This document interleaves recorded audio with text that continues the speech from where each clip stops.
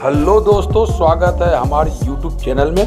दोस्तों, आज हम बात कर रहे हैं विशुराज के बारे में, जो कि आजकल लोगों ने एक दूसरे की नोक झोंक खूब कर रहे हैं। YouTube पर बवाल मचा हुआ है। गोरखपुरिया भौजी और विशुराज में काफ़ी बहस हो चुकी है। आए दिन लोगों में बहसबाजी खूब हो रही है, जो कि एक दूसरे की खूब खिंचाई कर रहे हैं। विशुराज के लड़के का बर्थडे में काफ़ी पब्लिक इकट्ठा हो गई थी, क्योंकि विशुराज को चाहने वाले लोग बहुत हैं और जहां प्यार होता है वहीं पब्लिक जाती है। किसी के भड़काने में कुछ होने वाला नहीं है, क्योंकि पब्लिक सब जानती है।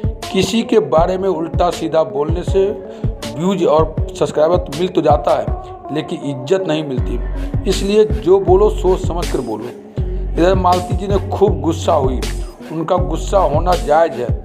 किसी के बारे में गलत बोलोगे तो गुस्सा तो आएगा ही। दोस्तों, इस झगड़े में कोई फायदा नहीं है सिवा नुकसान के। इसमें दोनों यूट्यूबरों की बहुत बेइज्जती होगी।